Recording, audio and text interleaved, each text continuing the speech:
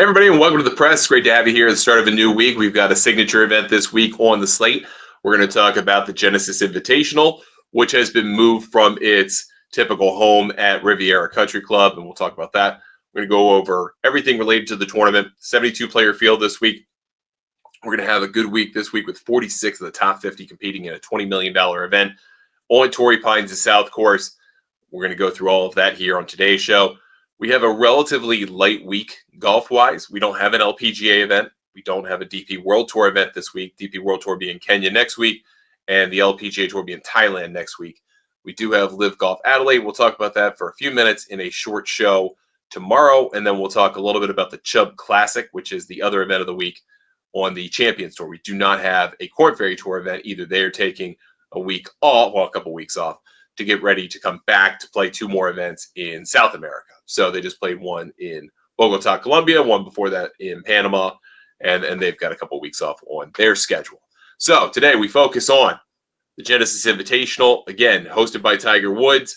And typically, as we mentioned, this tournament has been hosted at Riviera Country Club in Pacific Palisades, California, which is technically not Los Angeles, but it really is Los Angeles, a little higher up. I've had the good fortune to play Riviera once. This was probably 5 years ago, 6 years ago. I forget exactly how long ago it was now, but played there once, had a fantastic time. It's an incredible place. It is as cool as you think it is.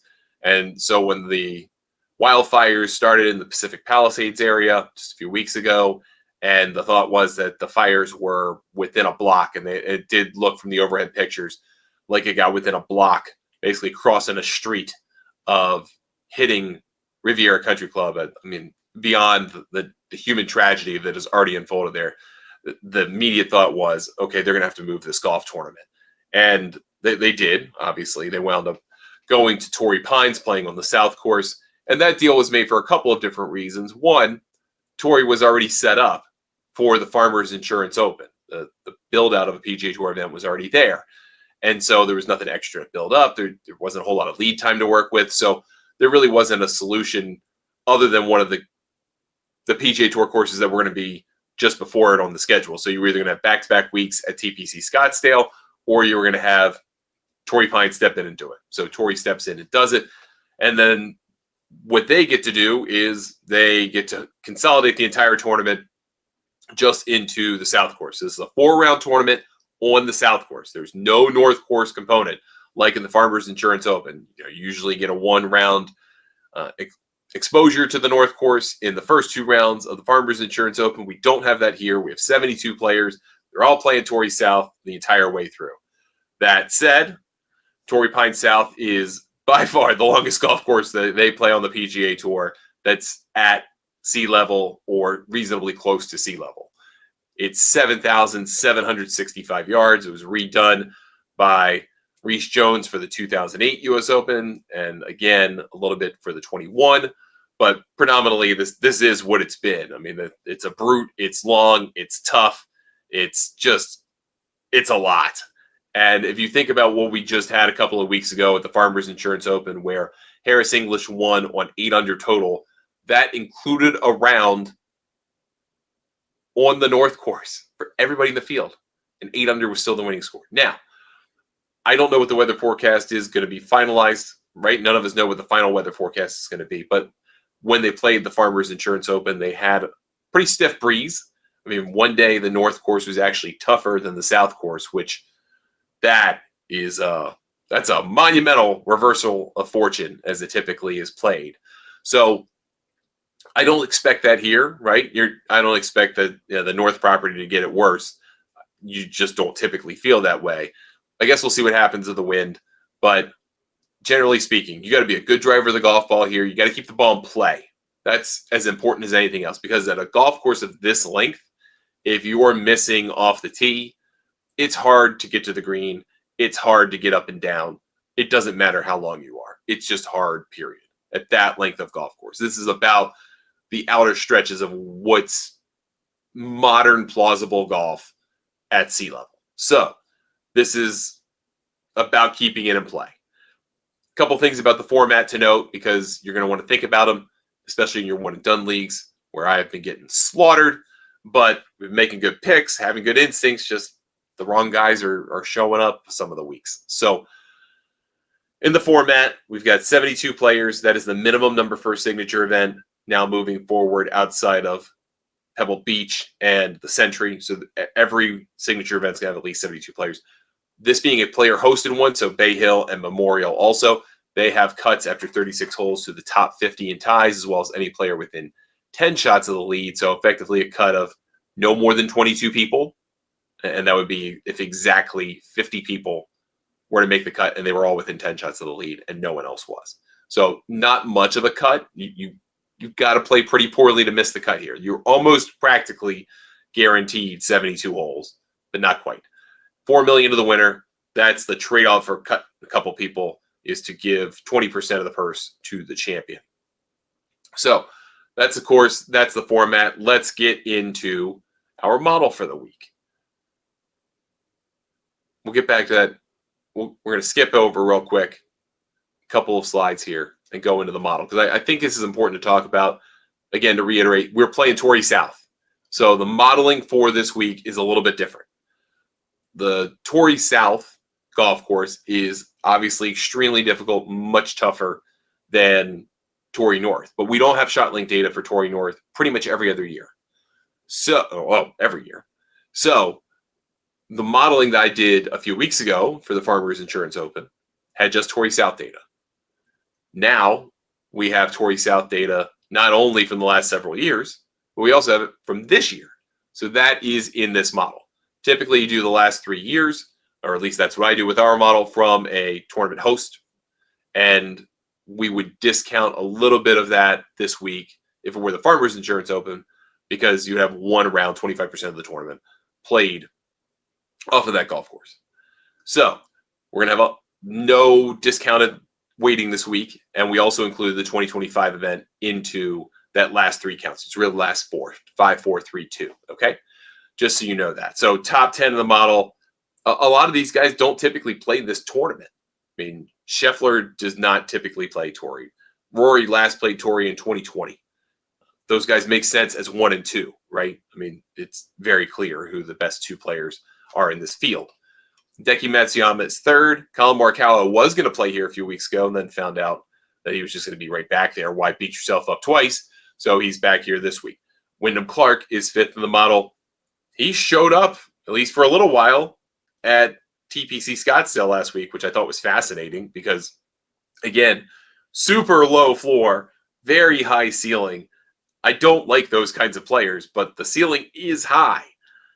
It just doesn't seem to have any predictability or consistency to it. But because he has those highs, he rates out well. And he's still got that U.S. Open on his rubric. It's, the 2 years worth. So that will eventually go away, and that will plummet his ranking, really. Because we don't we don't deprecate it over time in the model. We count it all the same. And once that goes away, so probably by July, it's going to look kind of bad for Wyndham Clark in the model. But just keep that in mind, unless he starts going on a tear. Ludwig Aubert is 6th. Sungjae Im is 7th. Tony Finau's 8th. Patrick Cantlay 9th. And Shane Lowry's 10th. And Shane Lowry, I pointed out last week that he would be a good guy to bet for Oakmont and also for the PGA Championship at Quail Hollow. I like him here for obviously very similar reasons, right? In that he loves longer courses. He loves courses where you got to keep it in play and grind it out. He's found success on those places. So I do like him quite a bit this week. That said, now let's look at the market and then go over the betting odds for at least the top 20 players of the field. And then we'll go over some minutia about those guys. And then we'll just talk about the back 3/4 of the field. Also, we're recording this not too long after Tiger Woods announced he's not going to be playing in this. He's still grieving the loss of his mother. So he tried to prepare, said he's just not ready. And that's totally understandable. So he's replacing the field by Jake Knapp, who I believe is in that kind of 300, 400 to 1 range. But we did not put his odds on here. We didn't have those quite available yet when we put the deck available for this week's show. All right. Top of the table, Scottie Scheffler, 92. Unbettable number for me. He seems frustrated. He was very frustrated multiple times at Scottsdale. The one thing I heard during the telecast that I thought stuck out to me was that Scheffler feels like he's not clearing his hips correctly in the swing, and that is messing with him. Well, he could fix it in an hour range session today. I don't know, but I can't bet that at 9-2. Just can't. McIlroy 750 plus 750, I think, is an interesting number. It's still too short for me to really like. If you got a profit boost out there, one of those type of tokens, I'd get in there, try to get it like 11 to 12 to 1. If you could do that with a profit boost token, then I would get in there, right? Great driver of the golf ball. Top 3 finish here in 2020, the last time he played this tournament. He is driving the ball very well. We saw that at Pebble, just almost in complete control off the tee. This is a golf course that suits him. Hit it long, keep it straight, don't mess up. I think this is a Rory McIlroy special. Colin Morikawa is 16 to 1. Justin Thomas is 22 to 1. I don't love Colin Morikawa here. I just feel like it's too long. It's not worth it for him. JT, not as long as he used to be, but still plenty long. And closed out with a hole-out eagle yesterday at Scottsdale to rile up that crowd. But I don't really love his game here. I can rate him highly for the week, but I don't love his game here. Not too much of an actionable bet. Unless you think he's just going to keep riding pretty hot from the West Coast swing, which he has done well, and this is going to be his kind of pick-off. Ludwig and Hideki Matsuyama are 25 to 1. But stay away from Ludwig until I have a better idea about his health. Hideki, feel like he's been a little up and down since the win at Century. Sanjay 33. He is a horse for course play here this week. You're going to see that in the slides. But 33 to 1, I think, is a reasonable look. Again, doesn't win enough. That makes it hard to bet him. So maybe in a winner without. Maybe if you want to get him in a winner without Scotty and Rory, if those markets are going to exist, you wouldn't get as good of a number. But yeah, maybe that's a risk worth taking. Can't lay 35. Of course, just too long for him, in my opinion. Well, it's not. I mean, short guys can win here. He's not short, but he's not long. He could do well here. But what I saw at Pebble Beach concerned me that he started out well. As soon as the weather got not so great, he was flat on his face. And I think that same thing can happen here this week. Tom Kim, 35 to 1.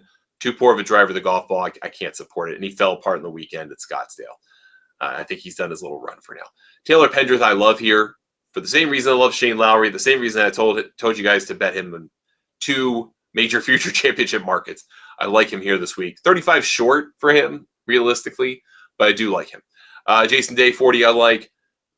Tommy Fleetwood, Shane Lowry, Jordan Spieth, all 40 as well. Of those, I would only pick Shane Lowry. Tony Finau, Rasmus Højgaard, Willie Z, 45. I think people are going to try and will themselves to bet Zalatoris this week. No pun intended. I don't love that for so many reasons, but he has been very much an up and down kind of guy in his last few starts. In terms of total strokes gained, some really bad, it's pretty good, but his record overall in this tournament at this venue is quite good. But 45 to 1 for who knows what you're going to get, I would take a pass. I'd rather bet Sam Burns at 55, to be honest with you. Victor Hovland, Russell Henley, 55. I'll pass on both of those. You mentioned horses for courses, kind of going a little bit out of order here this week on a couple of things, but I think the horses for courses aren't very readily out there this week because they're not playing this tournament. And this doesn't really have the best setup for guys that play well every year at this course. John Rahm is really the one. Xander Schauffele, but neither of them are here for different reasons.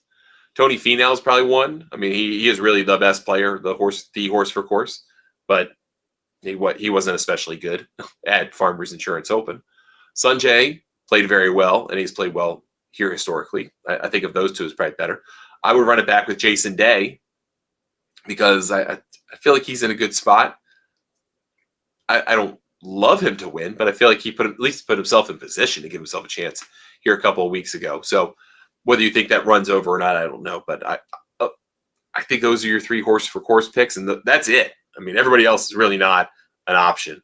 Rory McIlroy, I put on this list because of his limited activity in the Farmers Insurance Open tournament, but good finish there. Taylor Pendrith just played well here just a couple weeks ago. So he's a horse for course from 2 weeks ago because of 2 weeks ago.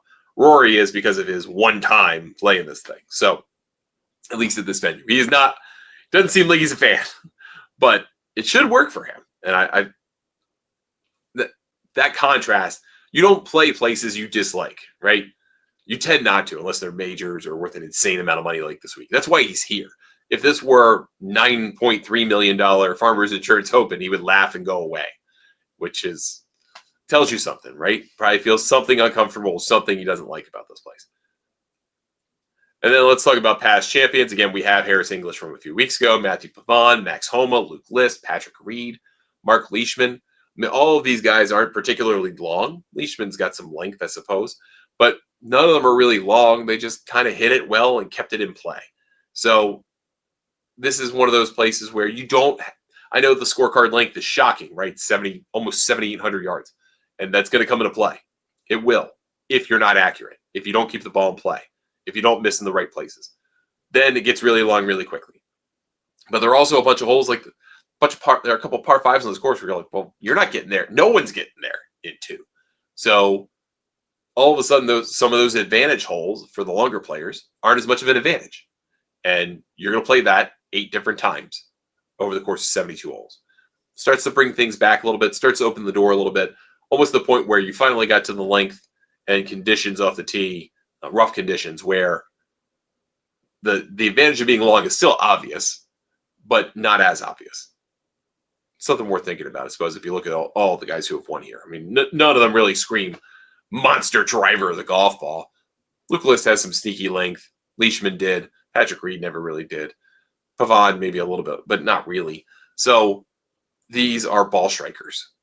Something just to think about here when you start going to, like I thought, well, Taylor Pendrith hits it really long. You should like him. And I still value that, but I see the flip side of the argument. Went over the model top 10 for you, and then we'll go over just the rest of the field. We're going to go overall, well, the 71 players that we have the odds for. I don't have Jake Knapp's odds, but I want to go over some more guys with you just to kind of think about through potential sleepers and long shots. Bobby Mack played well last week, 55-1 with Sepp. I don't really care for either of those guys here this week. Dietrich, 60-1, probably exhausted after a win. You know who I thought about yesterday is Minwoo Lee, and he's 60-1, which I think is still way too short. But if you could profit boost him to 80, I would be interested because he played pretty well at Scottsdale. Obviously likes that environment, just the whole let him cook thing. But if he's keeping it in play, that's his strength. He could go after this golf course. Matt McNeely's playing great, 60-1, just too short of a hitter for me to chase. Corey Connors at 65. Harris English just won here. I mean, he's got the formula. He's done it. He's played well in U.S. Opens here. It'd be very interesting for him to pick off the same place twice in 3 weeks, but might be something just something worth thinking about. I'm not saying he's going to do it, just worth thinking about. Ben On and Wyndham Clark are 70-1, along with Adam Scott. No. Sam Stevens is 75. Daniel Berger, 80. I mentioned this. I do like Daniel Berger this week. I mentioned on X on Sunday, I'm going to, as soon as I can find it, put odds on, put a futures bet on Berger to win the Players' Championship. I like that play a lot. He plays well in Florida. He's playing good golf, likes TPC courses. Obviously, Weiskopf and Pete Dye are very different animals in terms of how they design golf courses, but I do like where Daniel Berger's game is. That added length just seems really locked in. Seems like a tournament he would win. So I like him for Players' future bet. I like him this week too. Siwoo Kim, JT Post, and Sahith Theegala. Cam Young, 80-1. Cam Young should play well here. Hits it long, just keep it in play. He should, but I have no faith in him. I need him at like 110 to get involved. Akshay, 85. Lucas Glover, 90, who's been playing some good golf. Could be interesting here. Again, you just got to keep the ball in play. A POA on the greens is going to make it really tough to score. If it gets windy, it's going to get really tough to score. Glover could be kind of interesting. JJ Spawn's 90. Andrew Novak, 100. I come back with Andrew Novak. Perhaps Nick Taylor is 100 with Davis Thompson. Gary Woodland's playing pretty okay. Still has some pop in the bat. I don't know that I would bet him, but maybe I'd look at him in the top 10 or 20 this week, especially with the shorter field. Christian Bezadenhout had a nice run last weekend. Scottsdale, 110-1, I think is at least worth a gander. Cam Davis 110, Denny McCarthy 110, Austin Eckroat, Matt Fitzpatrick, Billy Horschel, Steven Yeager. Steven Yeager is probably a guy to think about here this week. Long driver of the golf ball, winner in Houston, which is a 7,500-yard course, not 78, but at that point we're just messing around on numbers. 20 yards difference per hole. I think Steven Yeager is worth a look here. Aaron Rye rated out really well for me this week. Probably the longest shot that was in the top 20. I have to triple check that, but I'm almost certain. Again, my theory of the case about Aaron Rye is he had a great year last year. Can you have a second great year, or is that just your great year? And I haven't seen the proof that it's a continuation yet. And I don't think this golf course suits him. Justin Rose is 125-1. Still got some length. I mean, I just don't think this is the place. Tom Hoagie, Michael Kim, I was very impressed with. He played really, really good golf at Scottsdale. He's a good social media character. I really enjoy following his insights. I think he's a little improperly priced here at 135-1. I'd like him more at like 200. And then I might actually be interested. But Patrick Rogers, interesting record here, but just a abysmal current game in my view. Ricky Fowler, 150. No, I mean, what we saw in Phoenix was bad. Brian Harmon, 150. Nope, not long enough. Nick Dunlap doesn't seem to like these kinds of places. And then you kind of get in this last page of guys, and you go, Max Homa, man, I hope you get it together. Mac Hughes, no. Seamus Power, no. Eric Colton, all these guys are just short. Nico Echeverria is so up and down. So back to 275-1 after what seemed like he figured it out, but apparently he has not. But maybe he will again this week. Who knows? But I would not chase after it. Matthew Pavon, 350-1. All the guys on this page I would say no to. I think you can find some value in your 50s, 70s, 90s, couple hundreds, maybe a couple 150s out there that are worth at least considering. But again, I would chase after those a little bit more, I think, this week, just because, one, a little bit of Torrey fatigue. Two, a lot of the guys playing this week don't typically play here, so some random things can happen. And three, if the weather picks up, it's going to make an already long, difficult golf course even nastier, even more difficult. Everything being on Torrey South makes it trickier for all 4 days. There's no split of the field, but you basically have the same number of guys every day, 78 versus 72, so that doesn't necessarily change the traffic of it. But it is something to worth thinking about, at least put in the back of your mind. But again, this is going to be an awkward week. I don't feel like we've got a rhythm here yet this year. I mean, Dietrich was a pretty popular pick last week, and I liked Dietrich, but didn't love him last week. He did rate out 26th, I believe, 26th in their model last week, so that puts him perfectly where his odds were in terms of the betting market outright last week. So our model's working out pretty well. We'll see what we get here this week, but this is going to be a tricky week. I think you would look to a lot of live betting unless you get your longer shots in and then try to pick off maybe some of those shorter guys over the course of 4 days and see where that leaves you. I think that's the best way to play this tournament, in my opinion, because if you're going to play Scheffler, if you're going to play McIlroy, let them kind of fall behind a little bit. If they have a great week from out front, so be it. But if they fall behind a little bit, they could still kind of track guys down like McIlroy did over the weekend at Pebble Beach. All right, that's going to do it for us today on this episode of The Press. I appreciate you watching, whether you catch us as a video version of the show here on our YouTube channel and Golf Newsnet TV, which is available in free live sports, free casts on the Golf Newsnet app for Roku or on golfnewsnet.com. Or you catch us as an audio-only podcast, which is available wherever you get your podcasts, but also on our YouTube Golf Newsnet radio channel, which is just the audio version of this show. If you don't want to watch it, you just want to kind of listen through on your headphones, have at it. We have that option available to you on YouTube. Back with another show tomorrow. We're going to talk about Live in Adelaide. We'll talk about the Chubb Classic. It's going to be a short show, probably sub 10 minutes, to be honest with you. Maybe just put it on YouTube and social media, but we will get it out there for you just to have everything out there this week. Join Golf Newsnet for $40 for 1 year, $70 for 2 years, and $100 for 3 years over at golfnewsnet.com. Get access to all of our models, top to bottom, all of our tools, including our LPGA models, which have done pretty well so far these first couple of tournaments of the year. Thanks for watching, and we will talk to you next time on The Press.